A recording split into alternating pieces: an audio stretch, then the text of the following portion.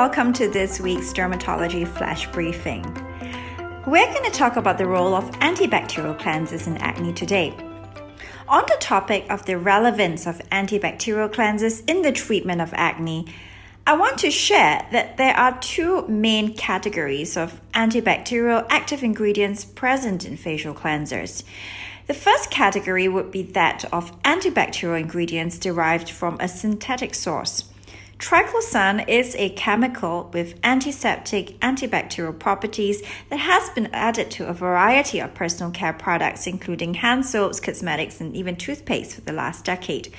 The key thing here is that whenever you are using a topical product, in this case triclosan, you can theoretically absorb small amounts systemically via the skin. In 2017, the FDA came up with a declaration that triclosan is not generally recognized as safe nor effective as an antiseptic product intended for use in healthcare settings. It's also banned over-the-counter consumer antiseptic wash products containing triclosan. Their basis for the ban was that manufacturers weren't able to prove that triclosan is safe for daily use over a long period. This is based on some findings in research, such as that it can alter hormonal regulation in animals and can lead to antibiotic resistance. It may even be harmful to the immune system. The key thing is triclosan isn't an essential ingredient, even in toothpaste, when it was previously used as an active ingredient to prevent gingivitis. From a dermatological perspective, the key here is that a healthy skin microbiome would also be maintained in an equivalent way if you are using a gentle soap that forms a lather, which subsequently is physically rinsed off with water, rather than having to rely on an active ingredient in a cleanser that directly kills bacteria. This is with regards to general cleansing of the skin, though not specifically targeted at the treatment of acne. In terms of the kind of synthetic chemicals that have been shown to be beneficial in the treatment of acne, the importance of cleansers shouldn't be underemphasized. The ingredients such as benzoyl peroxide and salicylic acid, triclosan, these have been stated in literature to have the best efficacy profile in individuals suffering from acne. However, these are mostly European studies done in temperate countries. Nevertheless, the key here is that chemical synthetic agents have the ability to inhibit bacterial growth. And as we mentioned, if you are acne prone, there is a concern with the bacterial flora present on your skin. Having an additional active ingredient that can treat this bacterial overgrowth in acne is a bonus. I personally prefer to use an alternative to chemical synthetic ingredients for antibacterial cleansing. In this case, we implement the use of medical-grade honey. Medical-grade honey has been used in the last decade or so in advanced wound dressings because of its innate ability to modulate immune cells, mitigate inflammation. And the fact remains is that it naturally has these antibacterial, antifungal effects. It also functions as a humectant, meaning that it traps water under your skin, preventing transepidermal water loss. Let me touch on how that is more relevant for patients who suffer from acne. One of the commonest problems experienced with the use of synthetic chemical ingredients would be that of skin irritation, dryness, redness. It's easy for a non-clinician to say that for the treatment of acne, you can use salicylic acid, benzoyl peroxide because it dries up the pimple. In reality, the clinician in the case of acne treatment is a dermatologist. We often notice that individuals develop irritant contact dermatitis, not due to an allergy, but simply because of the astringent nature of these active ingredients. Acne itself is multifactorial in terms of its origin. So it's not as straightforward as it being caused by oil or bacteria alone, and hence killing all the bacteria, removing all the oil will not get rid of the acne on its own. If you remove all the oil present on your skin, you could still have acne because of the underlying inflammation that predisposes to microcomedone formation under the skin. When it rises to the surface, you developed whiteheads and blackheads, which are visible, respectively known as closed and open comedones. More than that, the epidermal barrier can be disrupted. A common complaint is that an individual will have acne-prone skin, but at the same time, dry and dehydrated skin. How is that possible? The truth is, both oily and dry skin is likely caused by the effect of the individual's acne treatment. I also want to share about the value of normalizing a skin microbiome in acne patients. As we touch on briefly in this podcast, a gentle cleanser is able to emulsify the dirt, oil, grime, and bacteria on your skin.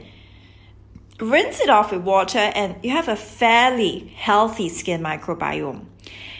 The key in acne patients, and of course this has to be fully borne out by studies as well, is that acne-prone individuals find the bacteria proliferates more on their skin. The nature of genetics, the type of oil they produce, the physical chemical properties of the sebum are important factors. Having a cleanser with a residual effect after you physically rinse it off with water is beneficial because if the active ingredient can continue acting on your skin, inhibiting the overgrowth of pathogenic bacteria, then you're certainly making progress in terms of treating and preventing acne flare-ups. The value of using botanically derived anti-inflammatory acne preparations as well is increasingly evident in a post-COVID world, where we find that masne, when treated topically with traditional acne creams, becomes problematic because of the occlusive effect of the face mask. For example, irritating ingredients like benzoyl peroxide and salicylic acid, these bleach fabric and dries up your skin. In terms of the botanical actives that have been promising in the treatment of acne, Chlorella vulgaris, derived from an algae extract, has a multimodal effect on the treatment of acne papules. Its mechanism of action is predominantly via sebum control, its ability to suppress inflammation as well. Berberine is a traditional Chinese herbal medicine that has been proven recently in a few cell and clinical studies to have the ability to treat acne via the following mechanisms. Firstly, via hormonal regulation. We know that individuals who suffer from acne may be particularly sensitive to the effects of the circulating male hormone, present also in females, known as testosterone, and its effects on sebum production, and subsequently it triggers off acne. Berberine effectively intercepts this pathway. It also helps with mitigating inflammation besides being a potent antioxidant. Finally, it helps with acne scarring because it can minimize post-inflammation erythema or redness and post-inflammatory hyperpigmentation, a form of acne scarring. The true conundrum in the role that bacteria has to play in acne pathogenesis is this. If you do not have the genetics for developing acne, even if you have poor hygiene, you're very likely not going to develop acne. This is not to say that you won't develop other types of skin conditions or skin infections, but generally speaking, it will be individuals who are genetically predisposed to acne-type inflammation that find that their acne is aggravated by poor hygiene. There is a substantial role that this bacteria C. acnes, previously known as P. acnes, plays in the development of acne. When you do the typing of the bacteria present on an acne sufferer's skin, you'll find that there is a predominant concentration of the C. acnes bacteria on the skin surface. In terms of hygiene in an individual who is suffering from acne, can it make a difference to their acne treatment? The answer is a resounding yes. But will we go to the extent to say that your acne is caused by dirty makeup tools and brushes? Well, it is not scientifically accurate to say that acne is caused by that. But as we said before, if you are already predisposed to acne, then you'll find that Because of this genetic predisposition, if you use dirty makeup tools, you will very likely get an acne flare-up. The important focus here should be on the healthy balance of bacteria on the individual's skin, and how if you are acne prone, there may be a change in your skin flora, which is consistent with what we have spoken of before in terms of the skin microbiome.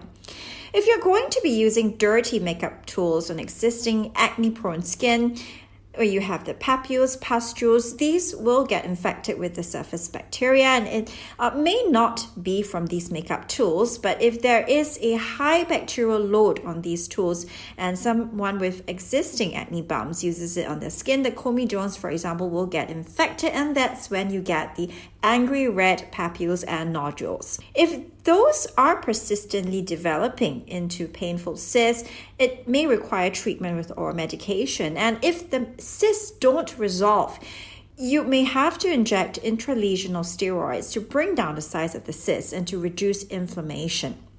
That's it for this week's flash briefing on my podcast, Dermatologist Talks, Science of Beauty. You can follow me on my Instagram at Dr. Teo Wan Lin, and remember to follow us for the latest podcast updates on Spotify, Apple Podcasts, and on Google Podcasts, or wherever you get your podcasts.